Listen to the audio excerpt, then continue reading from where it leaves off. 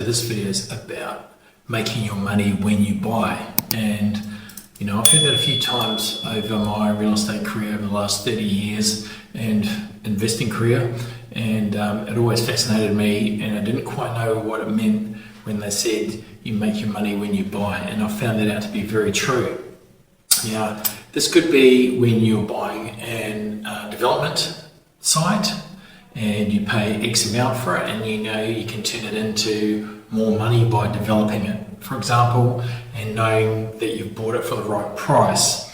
It can also be what I'm going to talk about today in terms of buying something at a lower intrinsic value than probably it's actually worth. So with brand new apartments, and I see this all the time, as we're going through this process of issues with construction, issues with tradespeople, having enough tradespeople, getting enough product to the market in Perth at the moment, there's a lot of opportunity, and the opportunity is really simply because we're in the growth part of the market at the moment. So the growth part of the Perth market, we've been in it for about 2 years, and we're probably going to last for about another 4 or 5 years through some strong growth during that period of time. Now, this is the period when you make most of your money in around about a 20-year period or a 20-year cycle in real estate. It's those 7 years or so clumped together where you get most of the growth, and then it takes a break after that. It kind of peaks out and then takes a break for quite some time. It could be 12 years or so.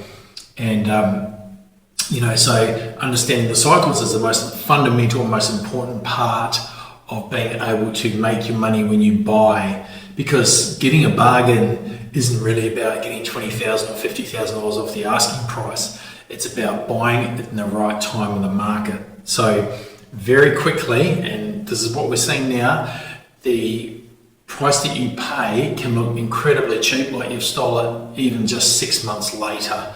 And we're seeing that with clients at the moment. So what we're seeing here, because we're going through this growth part of the cycle, there's a lot of pressure on housing prices, is because people right now are putting deposits down and controlling an apartment within a development. So they're buying before it's completed. Okay, so just imagine once something's completed, you're going to be paying the most amount for that particular product or that particular apartment, because that's when it's fully maximized.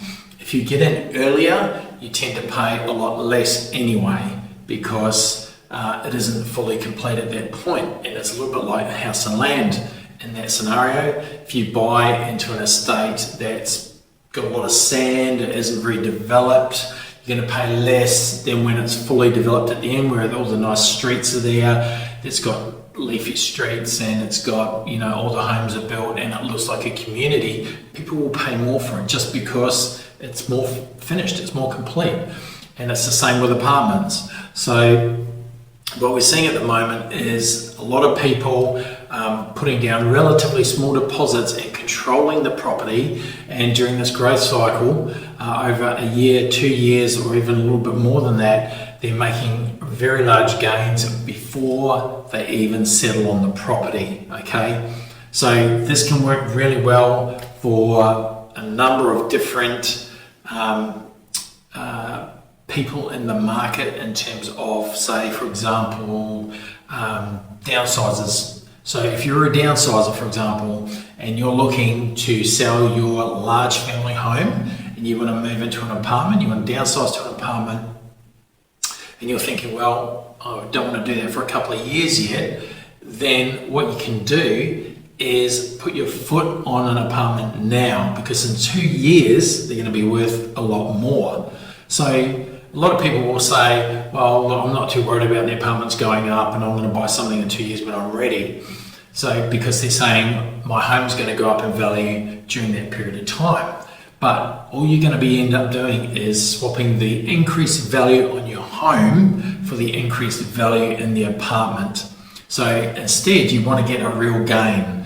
So the real gain, what I mean by that is your house will go up in value, and because you're controlling, you put a deposit down and you're controlling the apartment, you get the benefit of the growth of that apartment over that 2-year period as well, rather than paying it. So instead of paying that increase over that 2-year period and waiting to buy, you get the benefit of it. So if it goes up 100,000, 150,000, you get that benefit. You don't have to pay for it. So it's pretty straightforward, it's pretty simple, but there are some things that you need to consider when doing that type of strategy. So this would work well for anyone that wants to make money when they buy a property, and I don't know anyone who doesn't want to make money when they buy a property. So if you're a first home buyer looking to get into your first home and you've decided you'd like to get into a new apartment, then what can happen, or what can work well there, is that you can get a deposit put down, and bank and mum and dad might do that. You might have a deposit for yourself, you can put down, and in a year or two, you've got more equity in that property. So when you come to do the loan to purchase that property and settle on it, you've got a lot more equity in there, which can help your funding for that loan as well. Just make it a heck of a lot easier instead of trying to save after-tax dollars as a deposit for the property. Okay, so you put a deposit down just to hold it, but the deposit that the bank will want will probably be at least 10%, might be 5%, 10%, it really depends. But that 5% or 10% can be greatly enhanced by the fact that you've put a deposit down to hold that property and it's grown over that, let's just say for example, 2-year period, and now you've got equity in that property. So that's like having a deposit. So that can be incredibly helpful for first home buyers, and it stops you getting locked out of the market during a growth period in the property market, which we're experiencing right now, as I mentioned. The other one is investors. Like if you're an investor, then obviously you've got no pull to really buy the property right now, unless maybe you want some tax benefits. But even that is a little bit of a swings and roundabouts, really. It's quite often the tax benefits that you get on property really go back into covering costs of holding that property. But if you don't have the costs of holding the property and you're just holding it with a deposit and it's going up in value, then you don't need the tax benefits from it, because the tax benefits would otherwise have just been transferred from you paying them to the government to them going towards the shortfall of the property to help you cover the expenses.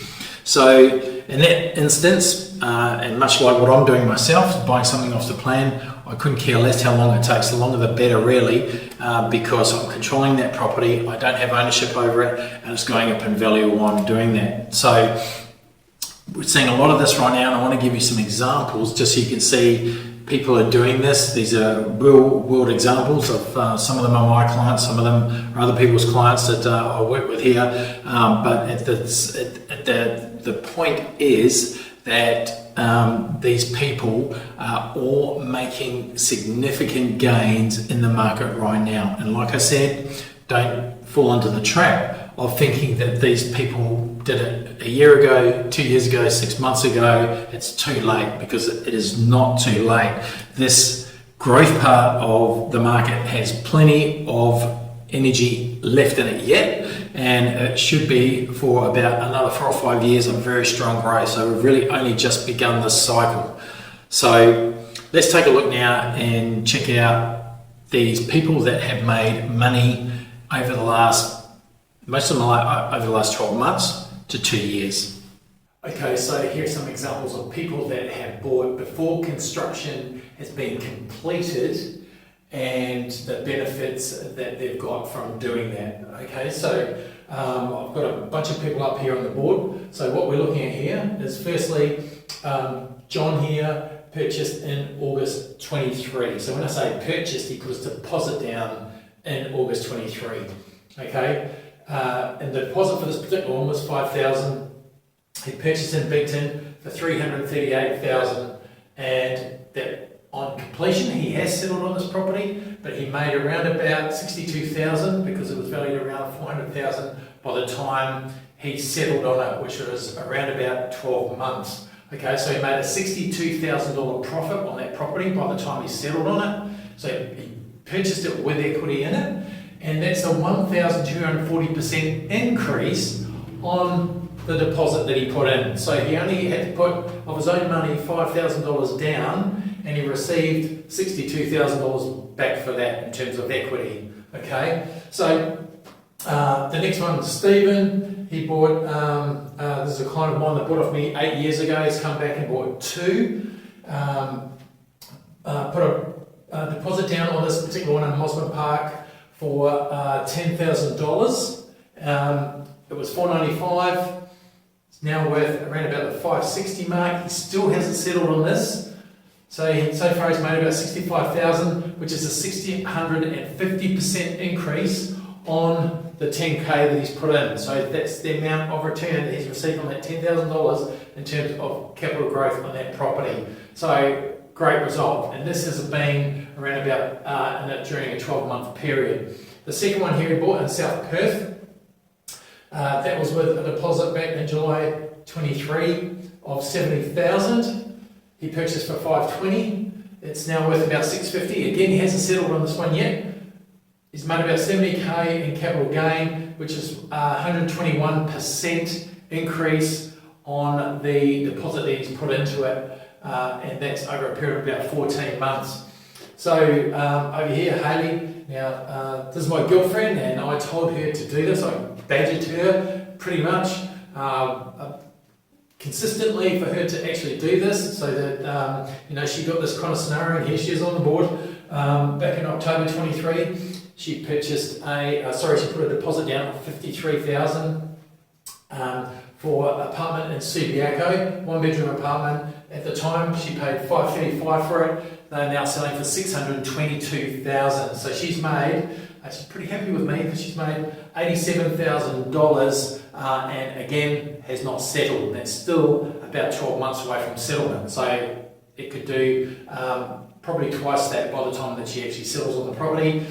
That's 164% increase on the 53K that she's put into it. So that's the amount of capital she's made based on investing just $53,000, and that's in less than 12 months.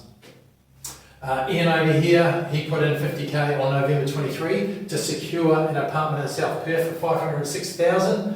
That's now worth about $620. These are going to be settling in about 2 months' time. So far he's made about $110,000 just for doing nothing, literally. Normally if I say you're going to make money doing nothing, I'd say run for the hills, don't listen to them. But when you understand how to do this and you understand it's the right time in the market to be doing it, you can do, you're literally making money from doing pretty much zero. So he's made $120,000 and 220% return on his $50,000 deposit, because that's the only outlay that he's had up to date.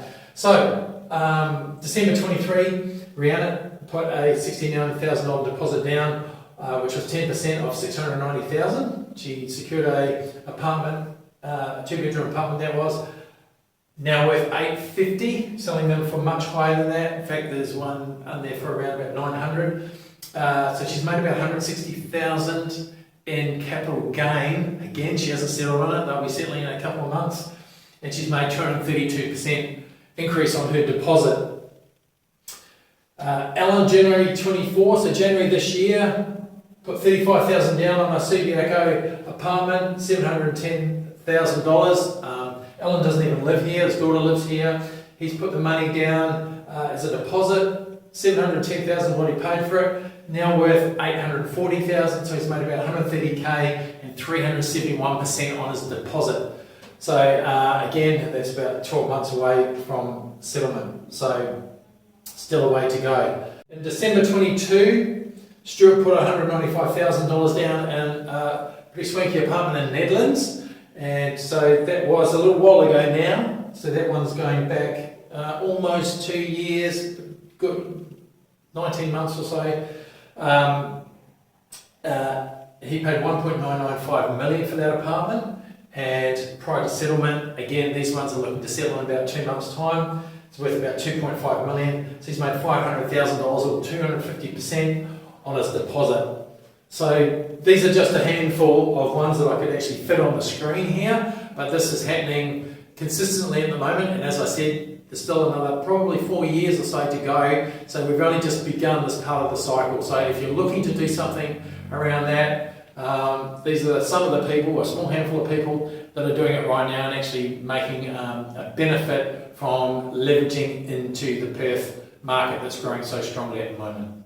Okay, so as you can see, they've put relatively small deposits down to control a much larger asset, but of course they get the benefit of the growth of the property. So instead of the developer getting it. So there are one or two things that you have to tick off to make sure that you're going to be the one getting the growth, because some contracts allows the developer to take that growth, and there are some things that you need to be aware of. So as long as the contracts are all good in terms of once you put the deposit down, the price stays like that for you over that period of time until you settle on it, then this strategy can work incredibly well. So if you want to know a little bit more about that, then you can contact me on my details up here, or they'll be down in the description below, and I can certainly help you with that. If you're looking to buy a brand new apartment in the Perth area,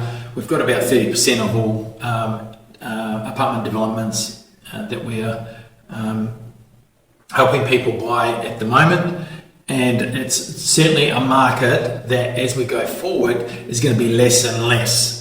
So that's just going to put more pressure on. So this particularly niche part of the market, i.e. brand new apartments, is going to get more and more pressure on it, because what we're seeing is most of them aren't viable to go ahead. So a lot of the apartment developments just aren't feasible anymore. So developers are going out, doing their numbers, realizing that they're not going to work, and so they're not going ahead. So a lot of people can say, oh, I can see quite a few developments going on at the moment, but the reality is there's very little coming through the pipeline. So it's just going to put more and more pressure on property prices. So if you want to know more, don't forget to click like and subscribe. But like I said, my details will be below the video here, and get into contact, and I'll see if I can help you any further with that.